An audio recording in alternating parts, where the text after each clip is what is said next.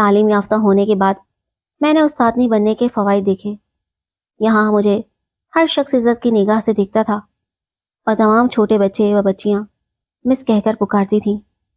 تب مجھ کو بہت زیادہ خوشی ہوتی تھی۔ رفتہ رفتہ سارے دیہات میں میری اچھی شہرت پھیل گئی۔ دیہاتی عورتیں مجھ سے اپنے بچوں کے بارے میں پوچھنے آنے لگیں۔ میں نے یہ تہیہ کر لیا تھا کہ اس علاقے میں تعلیم عام کرنی ہے۔ وہ لوگ جنہوں نے ابھی تک اپنی بچیوں کو اسکول میں داخل نہ کرایا تھا، میں ان کے گھروں کو جاتی اور قائل کرنے کی کوشش کرتی کہ وہ اپنی بچیوں کو اسکول میں داخل کرائیں۔ بہت سے گھرانوں نے میری بات سنی اور لڑکیاں اسکول میں داخل کرا دیں۔ یہ میری ایک بہت بڑی کامیابی تھی۔ اس عمل کو میں عبادت سمجھ کر کرتی تھی۔ یوں روز بروز میرے اسکول میں طالبات کی تعداد میں خاطر خواہ اضافہ ہونے لگا۔ محکمہ تعلیم والوں تک میری اچھی کارکردگی کی اطلاعات پہنچ رہی تھی۔ یوں تمام علاقے میں ہمارے اسکول کو سب سے زیادہ فوقیت ملنے لگی، جو میری اچھی نیت کا ثمر تھا۔ وقت گزرتے دیر نہیں لگتی، سب والدین میری شادی کے بارے میں سوچنے لگے۔ اس دوران ماموں جان اپنے بیٹے ایاز کے لیے میرا رشتہ لے آئے۔ اماں اس رشتے پر بہت خوش تھیں کہ ان کے خیال میں اپنے ماموں کے گھر جا رہی ہوں اور اپنے ہی اپنوں کا زیادہ خیال رکھتے ہیں۔ اماں کا خیال تھا ماموں میرا بہت خیال رکھیں گے، بس انہوں نے فوراً ہاں کر دی۔ وہ نہیں جانتی تھیں کہ میرے لیے آگے کتنے مسائل پیدا ہوں گے۔ میں آئندہ کے مسائل سے بے خبر اس رشتے پر خوش تھی۔ 3 بھائی اور 1 بہن تھی جو مجھ سے چھوٹی تھی۔ ماموں جان کی بیٹیاں تھیں اور 2 بیٹے تھے۔ ہم کو خبر نہ تھی کہ وہ میرا رشتہ اس خیال سے لے رہے ہیں تاکہ بعد میں اپنی بیٹیوں کی شادیاں میرے بھائی سے کرا سکیں۔ پری اور زیورات دیکھ کر اماں پھولی نہ سمائی تھی۔ ماموں جان والوں نے مجھ کو بہت سا زیور چڑھایا، پھر رخصتی ہو گئی۔ لیکن شادی کے 3 دن بعد سسرال والوں نے میرا سارا زیور واپس لے لیا۔ ایاز نے کہا کہ یہ زیور میری بہنوں کا ہے، انہوں نے وقتی طور پر تم کو پہنایا تھا، لہٰذا یہ ان کو واپس کرنا ہے۔ میں بعد میں تم کو زیور بنوا کر دے دوں گا۔ یہ بات سن کر حیران رہ گئی۔ دکھ بھی ہوا کہ سگے ماموں کیا ایسا کر سکتے ہیں۔ 1 ہفتہ گزرا تو میرے دلہا نے کہا کہ اپنے والدین کو جا کر کہو وہ تمہارے بھائیوں کے لیے میری بہنوں کے رشتے لیں، تبھی تم کو زیور ملے گا۔ امی ابو سے یہ بات کہی تو وہ گمسم ہو گئے اور کہا کہ ایسا ممکن نہیں ہے۔ گھر آئی تو شوہر نے جواب مانگا۔ ماموں بھی موجود تھے۔ میں نے والدین کا جواب بتا دیا۔ ماموں غصے میں آپے سے باہر ہو گئے اور میرے والدین کو گالیاں دینے لگے۔ ماں باپ کو کوئی گالیاں دے تو دل پر کیا گزرتی ہے، میرے دل پر بھی قیامت گزر گئی۔ مگر ماموں بڑے تھے، ان کو کوئی جواب نہیں دے سکتی تھی۔ چپکے چپکے آنسو بہا کر خاموش ہو رہی۔ مگر اس کے بعد میری زندگی میں تکالیف بڑھ گئی اور ایک لڑکی پر جو اپنا گھر چھوڑ کر سسرال آئی تھی، اس پر طرح طرح کے مظالم ڈھانے لگے۔ کبھی سوچا بھی نہ تھا کہ میری زندگی اس قدر مشکل ہو جائے گی۔ پھر مائکے سے دور رکھنے کو میرا تبادلہ سسرال والوں نے اگلے گاؤں کے قریبی اسکول میں کرا دیا۔ شادی کے 3 ماہ بعد میں امید سے ہو گئی۔ ساس کو اس خبر سے ذرا بھر خوشی نہ تھی، کیونکہ ساس سسر چاہتے تھے کہ جلد از جلد ان کی بیٹیوں کی شادیاں میرے بھائیوں کے ساتھ ہو جائیں۔ بے شک ہمارے یہاں رواج تھا، رشتے اپنوں میں کرتے تھے، اور دور دور تک میری نندوں کے لیے اپنوں میں رشتے نہ تھے۔ ایک بڑا مسئلہ تھا ماموں ممانی کا، جس کا درد وہی سمجھتے تھے۔ میرے والدین بھی یقیناً اس مسئلے کو سنجیدگی سے لیتے اگر ماموں ممانی اور میرے خاوند کا رویہ میرے ساتھ اچھا ہوتا۔ لیکن ابو اب بھی یہی کہتے تھے کہ بیٹی، جب سسرال والوں کا تم سے رویہ اتنا برا ہے تو ہم لوگ ان سے مزید رشتہ داری کیوں بڑھائیں؟ پھر ان لوگوں کو پہلے سے یہ بات طے کرنی چاہیے تھی کہ عافیہ سے رشتہ ہم وٹے سٹے کے عوض کر رہے ہیں۔ رشتہ مانگتے وقت تو انہوں نے ایسی کوئی بات نہ کہی تھی، اب تم کو تنگ کر رہے ہیں، اس طرح تو رشتے نہیں کیے جاتے۔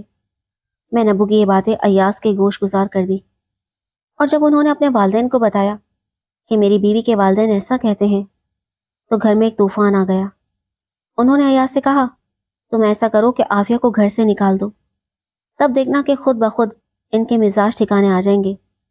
ایاز نے اپنے والدین کے حکم پر فوراً عمل کیا، اور جو ہی میں اسکول سے پڑھا کر گھر آئی، انہوں نے مجھ کو موٹر سائیکل پر بٹھایا اور میرے والدین کے گھر پہنچا دیا۔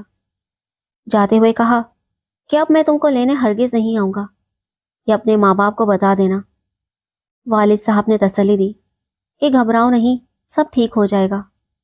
اس تسلی کے باوجود میرا دل بیٹھا جاتا تھا اور میں سارا دن روتی رہتی تھی۔ میکے میں پہلی بچی کو جنم دیا۔ ابو نے ایاز اور اس کے گھر والوں کو اطلاع کی، لیکن کوئی نہ آیا۔ اماں نے میری بہت خدمت کی۔ میری بیٹی کا نام والد صاحب نے رکھا۔ اس کے بعد بھی کئی بار سسرال والوں کو پیغام بھیجا، لیکن وہ لوگ بچی دیکھنے بھی نہیں آئے۔